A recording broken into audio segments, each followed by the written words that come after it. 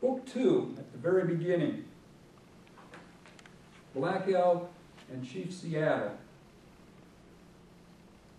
A great war cry went up, drums, tom-tom, the deep bass sound of tightly stretched hide, chanting of many braves, pounding of hearts, clearing a space, poets made ready for a young Lakota Indian brave, strong and virile, raising a hoop before him, dancing the hoop dance of his people, the hoop dance of all the peoples of Mother Earth, far above, while all stood round, the poets and seers, shamans and singers, griots and troubadours, bards and rhapsodes, watching him pounding moon dust, mesmerized, for he danced in another world, the world, as it were, of the moon.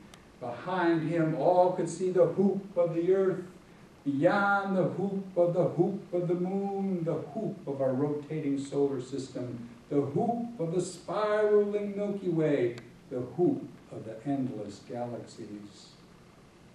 His long braids spun with the planets, spinning on their axes as he weaved in and out through 9 hoops, and the pounding of the drums pulsed through the arteries of the universe. First one way, then the other, his moccasins dancing through moon dust, feathers proudly worn, hide loincloth, pipe-bone breastplate, and headdress, transfixing everyone by the energy of his dance. Seen by all, an even more astounding sight took place as he slowly changed into an ancient medicine man, standing proud and noble, holding a sacred hoop stick, a medicine wheel with 7 feathers suspended from it. The youth was gone. Black Elk stood before us. Behold the earth, he commanded, gesturing with his hoop stick, directing our gaze, rising like a hoop of many peoples. It is holy, being endless, broken like a ring of smoke. The broken hoop begins to heal, to encircle the Indian nations. All nations once again heal. All the universe seemed to listen. In a sacred manner, wide as starlight, though broken and scattered, Black Elk moved toward me, lifting his hoop stick to earth. The holy tree will heal and flourish. Poets and shamans, bring the people back into the sacred hoop, that they might walk again the red road in a sacred manner. Pleasing to Wankatanka, the great mystery, Gitche Manitou, the great spirit, the great Father beyond all the names of my people, the spirit of the universe. Looking out over the Sea of Tranquility, at the sea of faces, following his every word, Black Elk said, though nations are in despair, teach this poet your strong medicine, that he might help humankind walk the good road again. Coming down from the module, I stood before Black Elk, struggling with emotion, speechless, overcome by the vision of his words.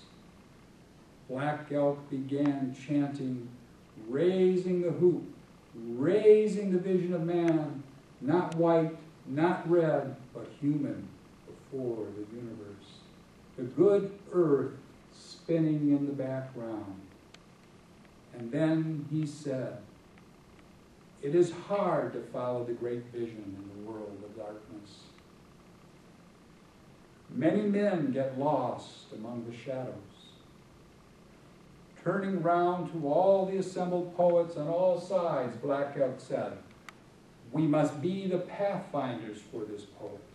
Guide him through the forest of memory on the right path. Even I despaired for my people. I, to whom was given so great a vision. Sometimes dreams are wiser than waking. We know the center is not dead, cannot die. The great mystery watches all his children. Help this poet tend the sacred tree, bloom again at the center of the hoop. If your medicine is strong, pour it forth. And then from the Indian hunting party, another chief stepped forward, Chief Seattle. In full regalia, a headdress of eagle feathers and brocade flowing down behind him. Standing next to Black Elk, Chief Seattle said, gazing at our planet, every part of Earth is sacred.